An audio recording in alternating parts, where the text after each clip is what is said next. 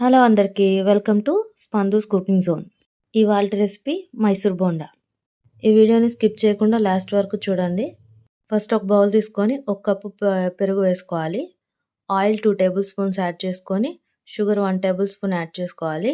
Salt మీ టేస్ట్‌కి తగ్గట్టు add చేసుకోండి.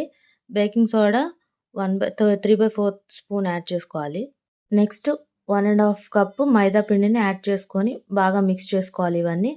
కొంచెం వాటర్ యాడ్ చేసుకొని ఇలా కన్సిస్టెన్సీలో కలుపుకొని బాగా ట్యాప్ చేస్తూ కలపాలి.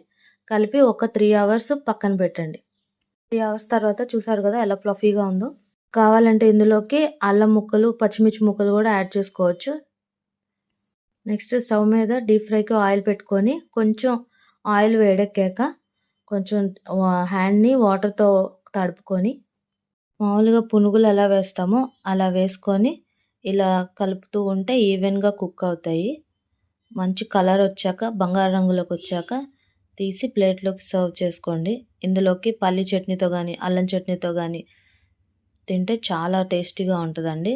చూసారు కదా లోపల చాలా స్మూత్‌గా, పైన క్రిస్పీగా చాలా బాగా వచ్చింది. నేను చెప్పిన ఈ కొలతలతో ట్రై చేయండి. చాలా పర్ఫెక్ట్‌గా వస్తాయి. ఈ వీడియో నచ్చితే లైక్ చేయండి. అలాగే సబ్స్క్రైబ్ చేసుకోవచ్చు కదా!